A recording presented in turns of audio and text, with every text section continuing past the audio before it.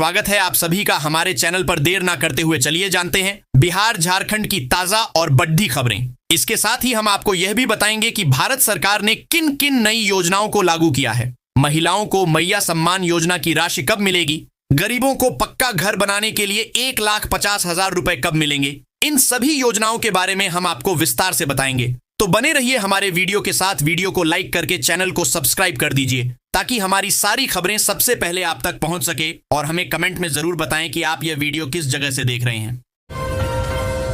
देश की महिलाओं को आत्मनिर्भर और आर्थिक रूप से मजबूत बनाने के लिए सरकार और LIC लगातार नई योजनाएं ला रहे हैं। इसी कड़ी में LIC बीमा साक्षी योजना 2025 महिलाओं के लिए सम्मान और रोजगार का एक बेहतरीन रास्ता बनकर सामने आई है। इस योजना के तहत महिलाओं को हर महीने 7,000 रुपए तक की आय का अवसर मिल सकता है, जिससे वे न सिर्फ अपने परिवार का सहारा बनेंगी बल्कि समाज में एक नई पहचान भी बना सकेंगी।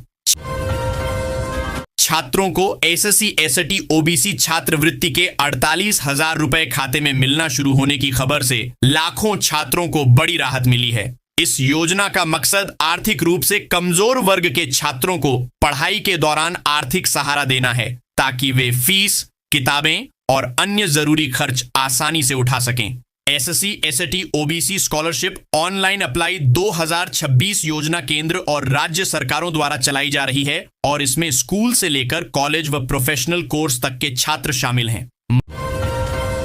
महिलाओं को आत्मनिर्भर बनाने और स्वरोजगार के अवसर बढ़ाने के लिए सरकार द्वारा चलाई जा रही फ्री सिलाई मशीन योजना के आवेदन फॉर्म अब आधिकारिक तौर पर जारी हो चुके हैं।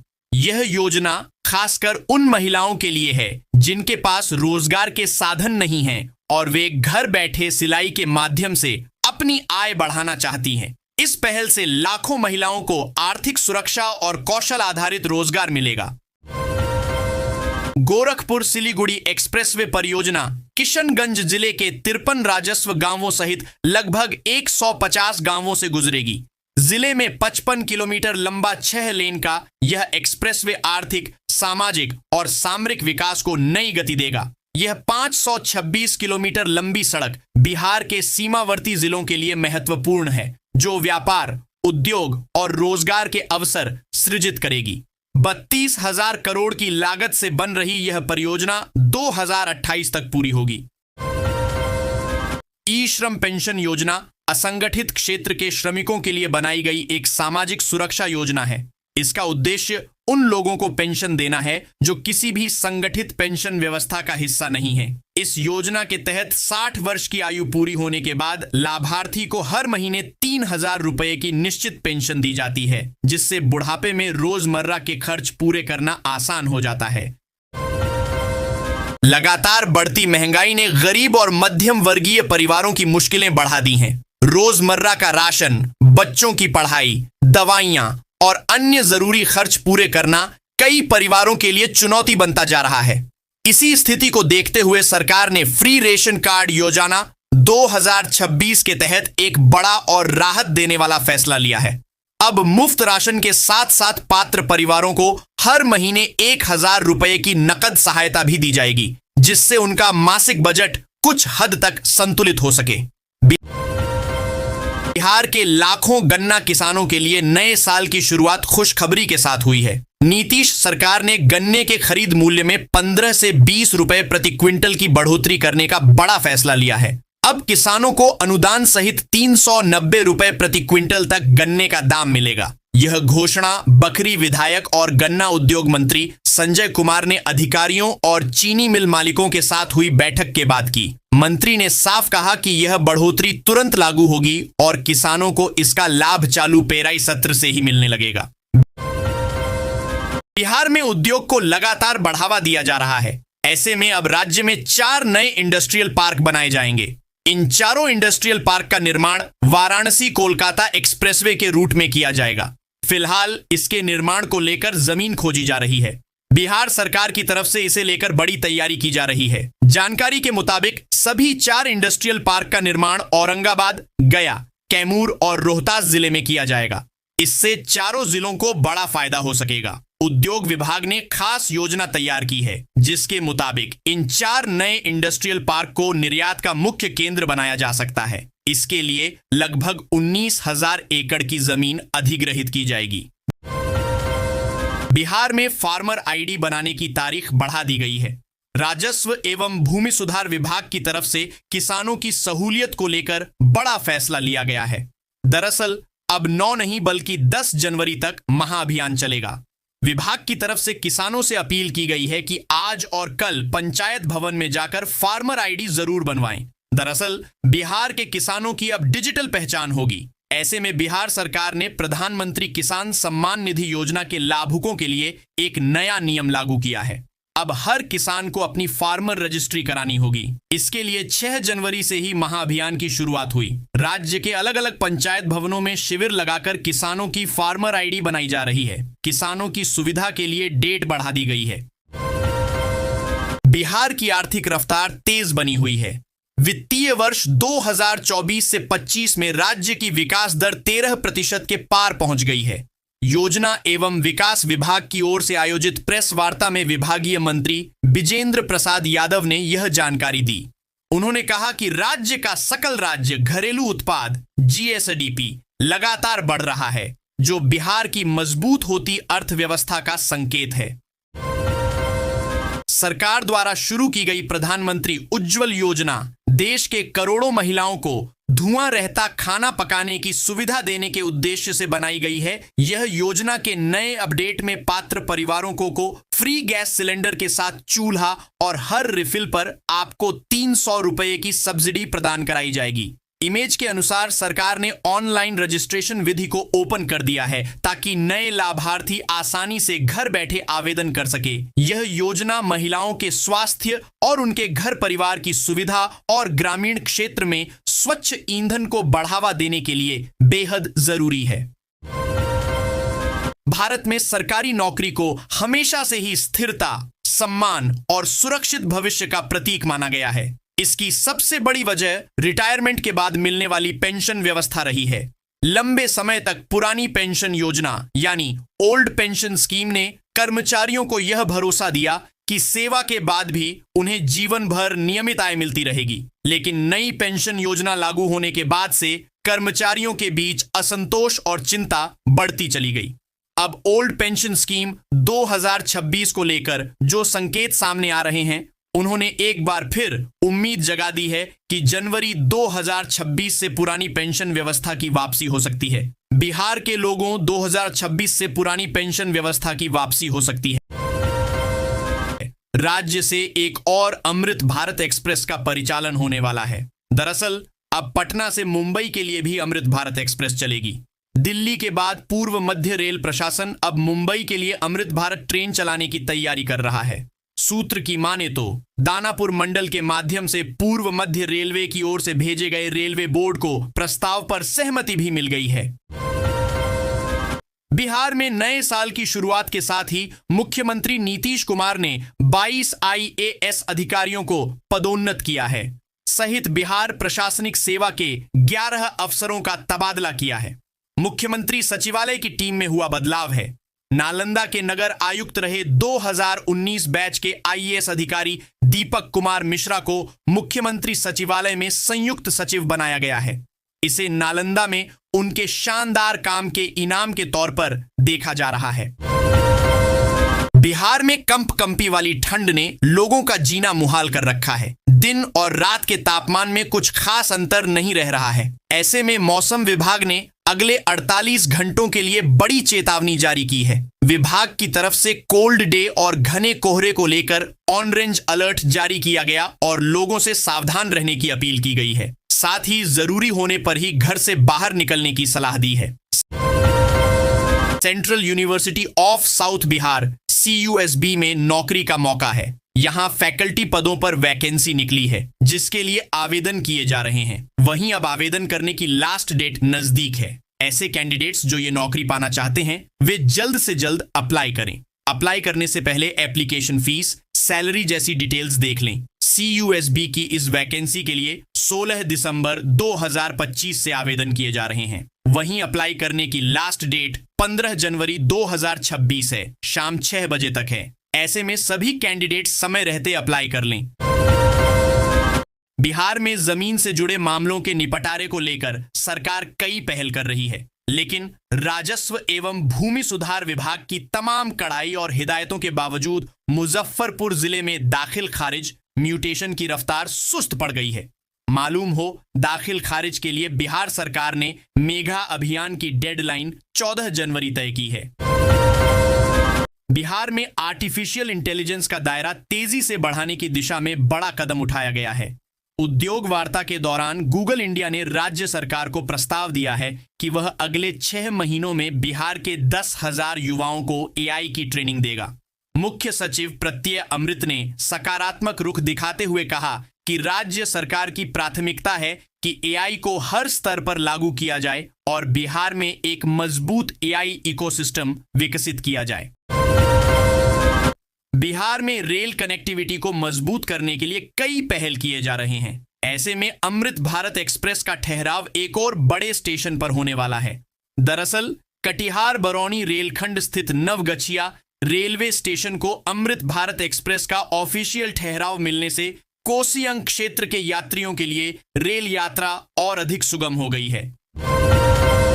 बिहार के औद्योगिक क्षेत्रों में जल्द ही AI कैमरा युक्त स्मार्ट पोल और स्मार्ट शेल्टर लगाए जाएंगे। इसकी शुरुआत पायलट प्रोजेक्ट के तौर पर चुनिंदा इंडस्ट्रियल जोन से होगी। मुख्य सचिव प्रत्यय अमृत ने उद्योग वार्ता के दौरान साफ किया कि बिहार अब डिजिटल गवर्नेंस और आर्टिफिशियल इंटेलिजेंस के जरिए प्रशासन और औद्योगिक ढांचे को स्मार्ट बनाने की दिशा में तेजी से आगे बढ़ेगा। केरल के सबरीमाला में लागू स्मार्ट शेल्टर और स्मार्ट पोल मॉडल को बिहार में अपनाने की तैयारी है। डिप्टी CM विजय सिन्हा एक तरफ जमीन विवादों को निपटाने के लिए लगातार एक्शन मोड में दिख रहे, वहीं दूसरी तरफ बिहार के DGP विनय कुमार ने बड़ी बात कह दी है। DGP विनय कुमार ने बताया कि बिहार में बढ़ते अपराध का मुख्य कारण जमीन विवाद है। राज्य में लगभग 50 से 60% आपराधिक घटनाएं जमीन विवाद के ही कारण हो रही हैं। बिहार के सीतामढ़ी जिले को टूरिस्ट हब के रूप में बदलने की कवायद शुरू कर दी गई है।